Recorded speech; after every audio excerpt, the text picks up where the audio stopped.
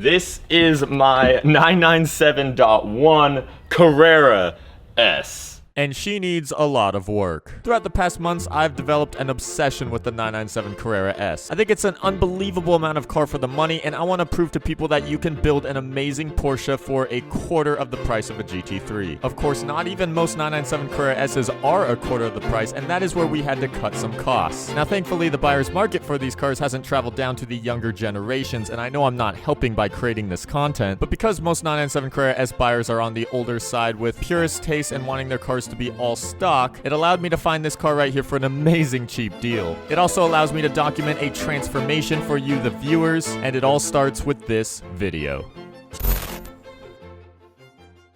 So to start out, we have a lot we gotta clean up. We have this, we have all of this, these, this, that, and then all of this. There's definitely what you'd call too much going on here for your typical 997.1 Carrera S, and we gotta do something about it. So by the end of this video, we're not only gonna extremely increase the value of this car, but it's also just gonna look a lot more cleaner overall, and it's just not gonna have the little 15-year-old bits surrounding it. So first things first, which will be the easiest, is things that are just simply stuck on. This right here is wrapped carbon fiber. This is a JackUltraMotive sin, okay? You will never catch me with wrapped carbon on any of my cars unless it's for the sake of this one right here, to which I am immediately going to do something about it and remove it. But the scenario with this hood is that this is a red painted hood. So it's a red painted hood with carbon wrapped on top, and this is actually the factory hood. It has the factory matching VINs to the rest of the car. So somebody at some point decided that they wanted their hood to look a little more race car, but instead of just wrapping a red stripe over it, which anyone logically should do, they decided to paint this along with anything else that's red on this car is paint, including these mirrors as well. So yeah, we're doing some de-redding today in this video. Now, a top tip on when you are peeling off any sort of vinyl is that you want the temperatures to be very warm so that they'll usually want to come off in one piece and not tear, or possibly tear the paint underneath. In most cases, you'll use a heat gun to force heat onto the vinyl itself, but thankfully, we have Arizona's summer sun. It is over 110 degrees outside right now. Actually, I'm gonna put this right here while I unwrap. We're gonna see how long this lasts while I work on this hood. The car's only been sitting out for literally like 5 minutes so far, and it's already hurting my hands how hot the vinyl is. This is so easy, holy crap. Look at that. We're beating the ice cubes. They're actually hanging on really well. Wow, this surprisingly actually looks worse. Like, I actually thought the wrapped carbon definitely was holding it back, but I think no car deserves to just randomly have a red hood like this unless there's a livery purpose going on. So those of you who've eyed Porsches have probably seen these before. They are simply just PPF pieces to protect this area of the rear quarter fender from rock chips coming from the front tires. This is what I'm definitely a little more concerned about, because I don't know if you guys can tell, it's completely cracked. This looks like the freaking Salt Lake bed already right here. So this definitely has to go. But the issue is that, is it going to want to go? Dude, it's already not coming off easy at all. Bro, this is gonna take forever. This has gotten so brittle that it's just coming off in the tiniest of chunks. Like, there's no way to stabilize a single piece for it to all wanna come off. This is disgusting. I decided to get out of the hot sunny heat and move things inside, only to realize that this PPF was not coming off anytime soon. Okay, it's been about 15 minutes and the ice cube demonstration clearly isn't proving much because it basically looks exactly the same. We completely gave up on the side PPF and moved things over to hood removal, which quickly proved that it wasn't going to be any more easy. So this car has already given me a little hint on what working on it in the future is going to be like, because the very first bolt I touch, right here trying to take off the hood, is stripped. Like, it's literally a T30 and it won't move. This one actually rotates, so That's good. Right there you could see it's supposed to be a hex insert and it's just a circle. So I have no idea how we're gonna get that off because that needs to come off. I grabbed the drill bit and the screw extractor set and began one of the most painful automotive tasks.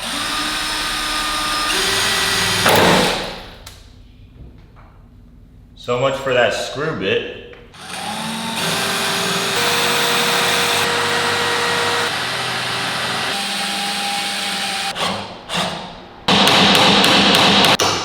Yup. Oh my God, finally. That is a screw that is finally out.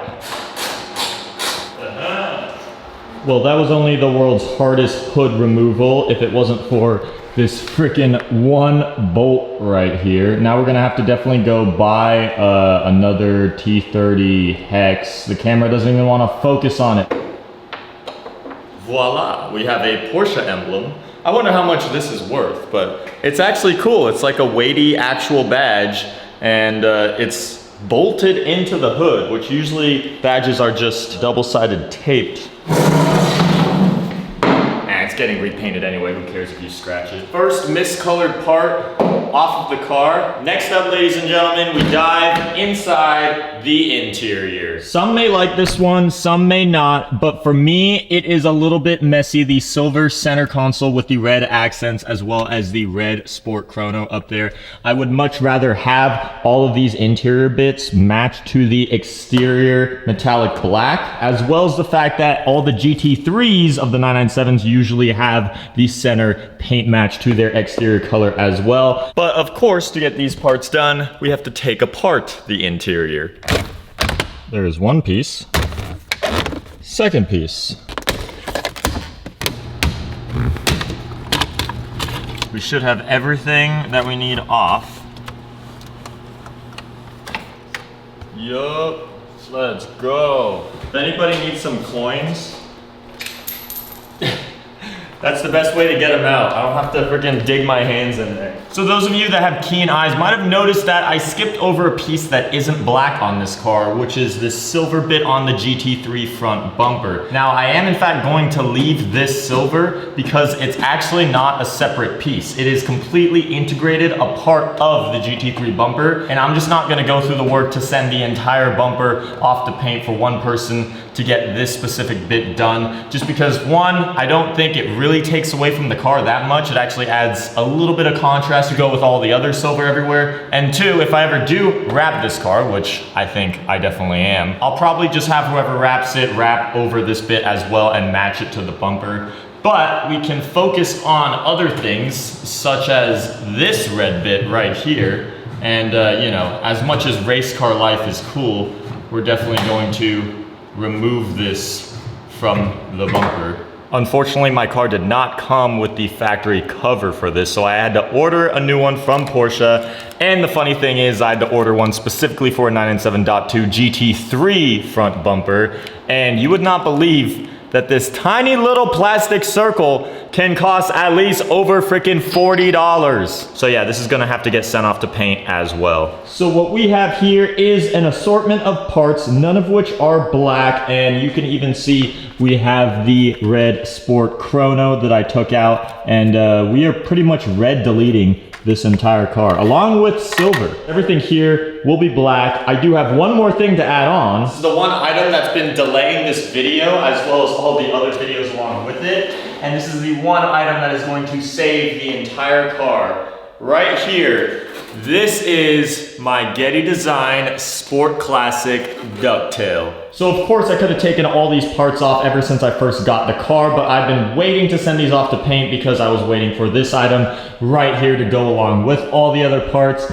This is indeed the best replica for a 997 Sport Classic Ducktail there is, and I believe this is the best wing solution for a 997 Carrera S. The GT3 RS wing is bold and it's race car, and it is really cool to see in your rear view mirror or eat on, but I don't think it's fitting what we're going for with the end game of this car. I also think it's definitely, it makes the car look like it's just trying too hard. So that's gonna go along with those parts. And once those are all black, this thing is going to be superb. I know you guys are looking at the mirrors.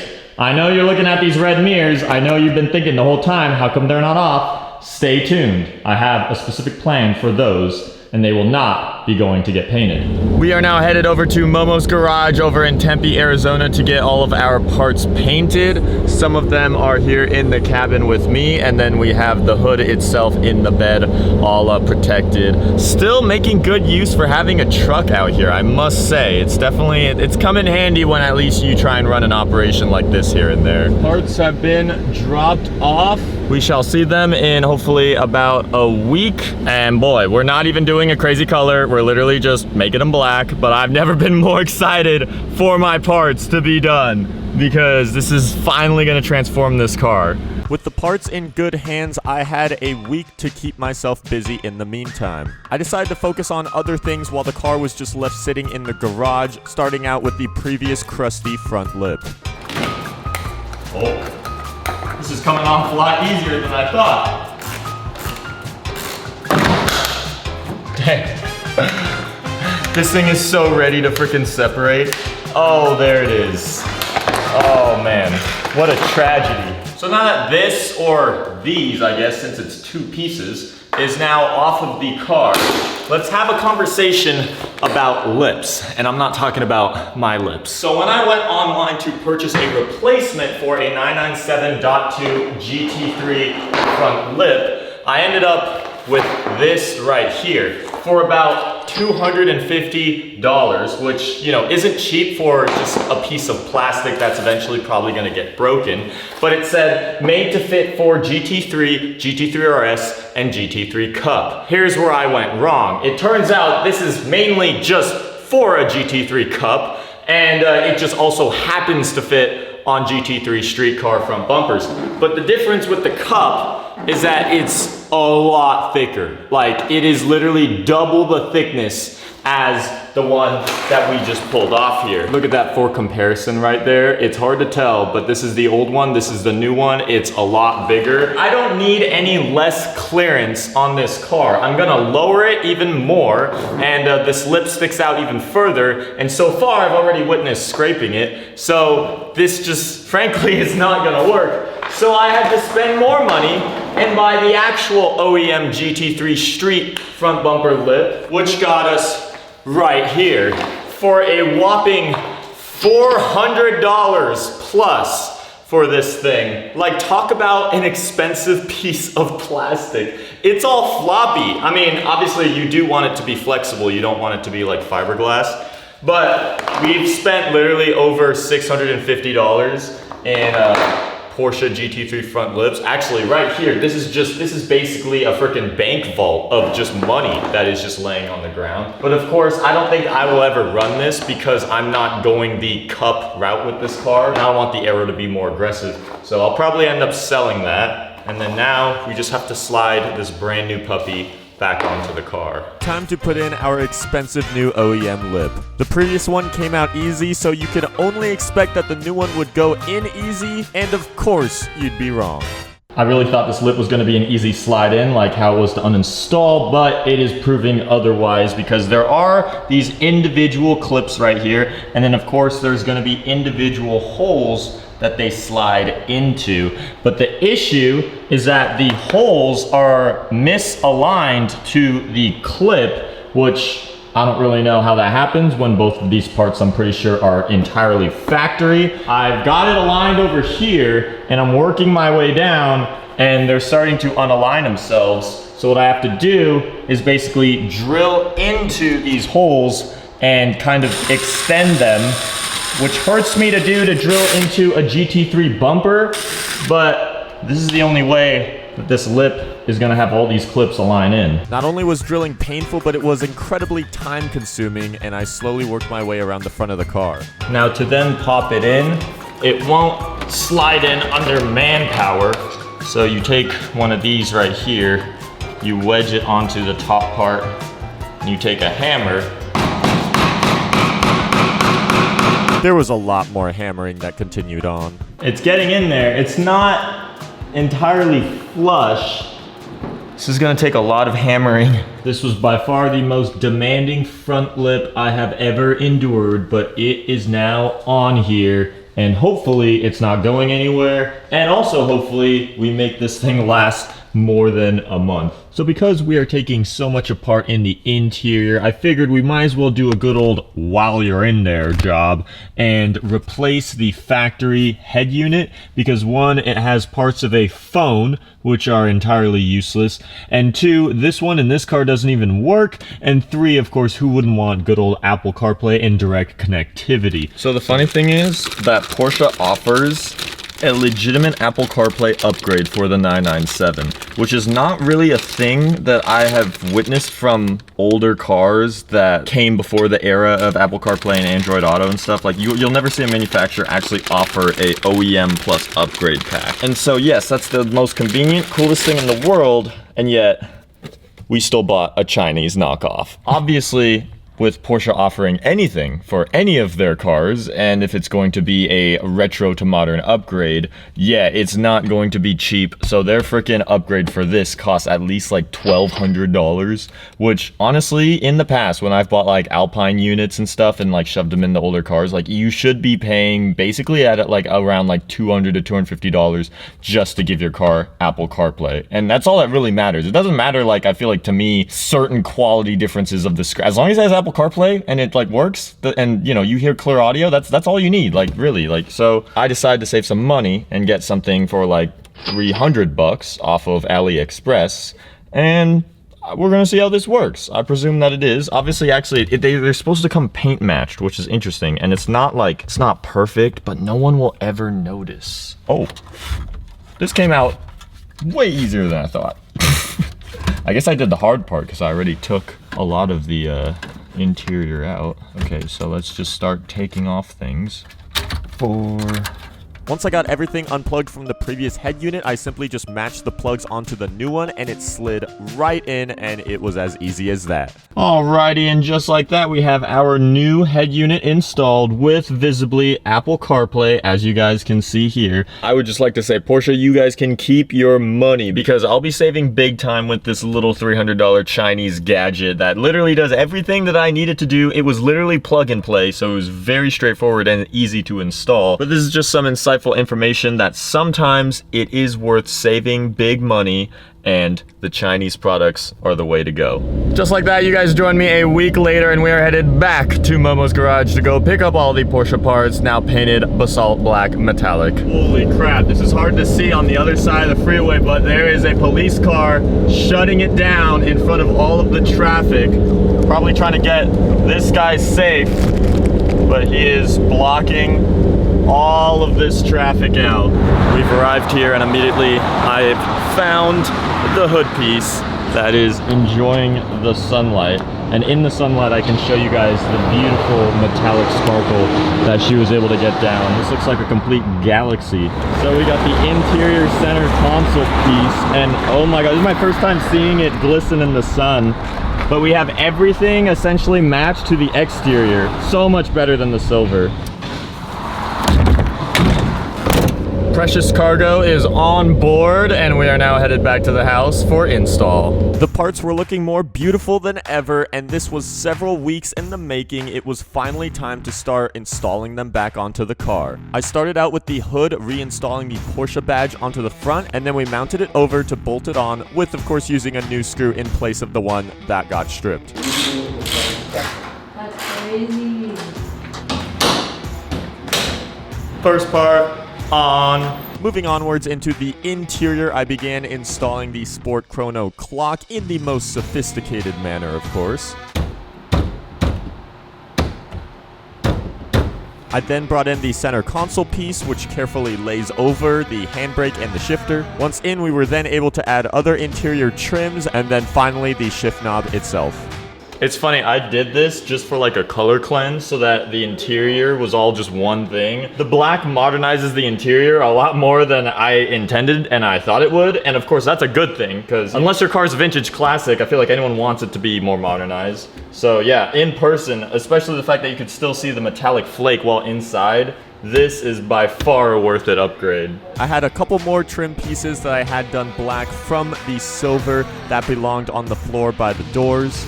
With everything in, it was completely game changing. The silver and red accents really held the previous interior back, and now with all the metallic black, the car seriously looked 10 years newer. With the interior out of the way, it was time to focus on bigger things, such as the rear wing.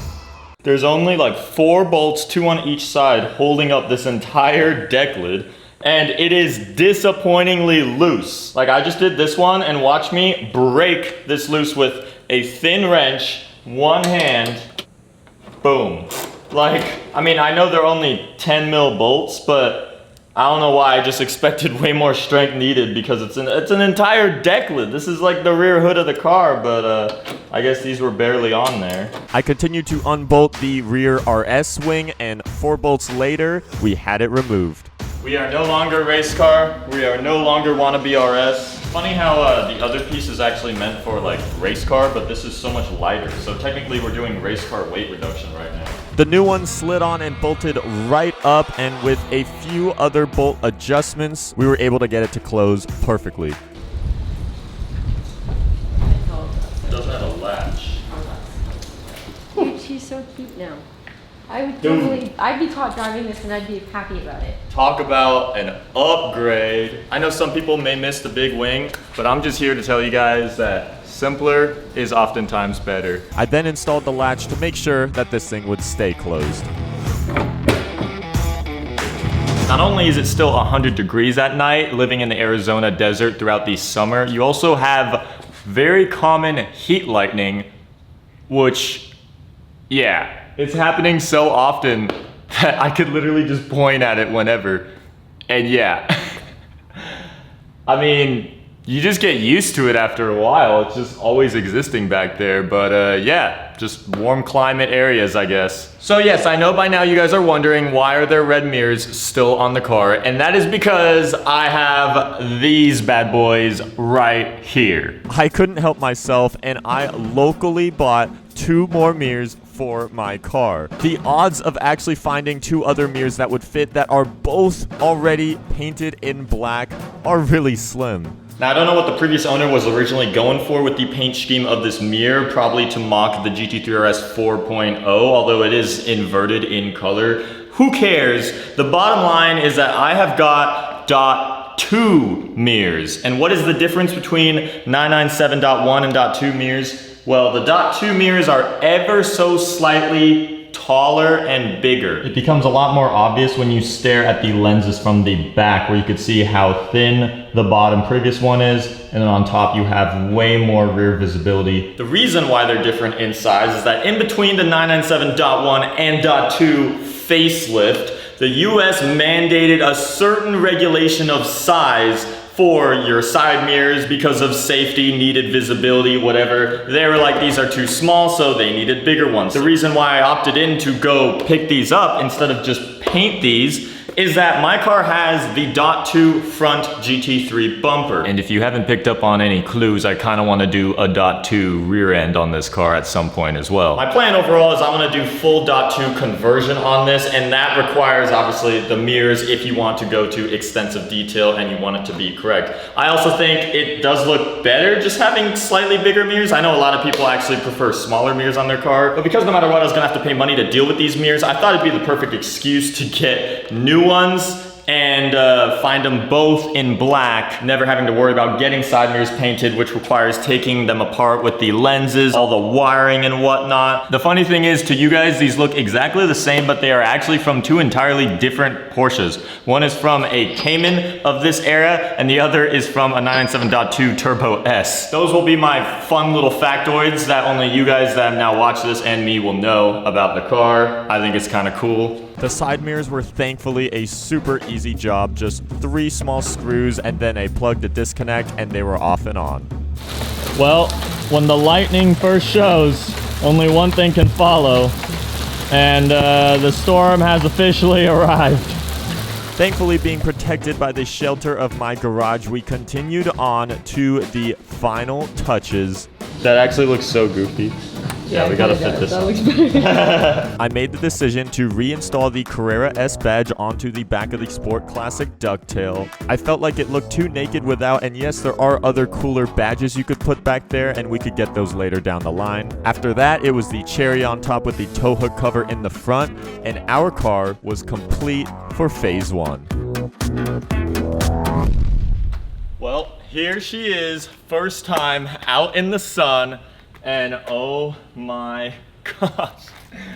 Yeah, this is definitely a massive improvement. I've had the experience to stare at this car for weeks in its worst form, and now I have it in front of my eyes all done up. So trust me when I say that this car objectively now looks like it is worth $20,000 more just because it's all one color, and also it's got this ducktail back here. Like some people, man, I just don't understand how they could have ran this car in its previous form and enjoyed that. I just completely think we've now taken this car to that next step, and it actually looks like a nice Porsche. Then don't even get me started on the interior, which wasn't even intended to be this much of a visual upgrade to me, but the metallic black center console looks fancy, and the clock no longer looks like it was painted by a 12-year-old, and even these down here stick out. The interior also now makes me feel like I'm truly driving a Porsche. Porsche to me is always a very high status elite brand, and frankly the car in its previous form just didn't feel like you were behind the wheel of something from that family. And we cannot not appreciate the beautiful metallic paint done by Momo's garage and see how it matches and just glistens in the sun here. Now this piece isn't done. I still am missing the rear brake light as well as the vent pieces. I'll get those underway shortly, but I just got too excited. I had to see the car out here in its glory. Yes, don't mind the PPF. We completely gave up on that, so that will have to be who knows when's endeavor.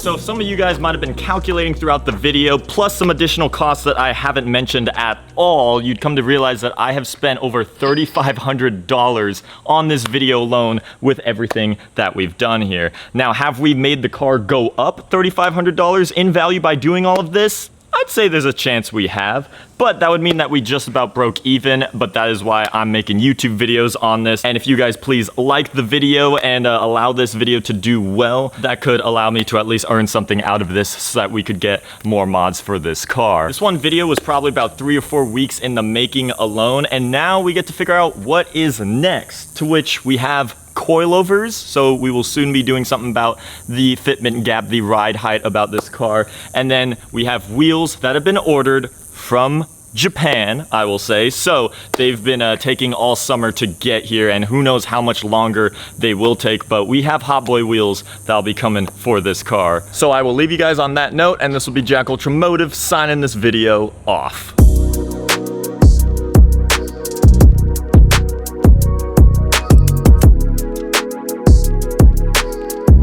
But this is your average summer in Arizona with heat lightning constantly happening. Oh, man.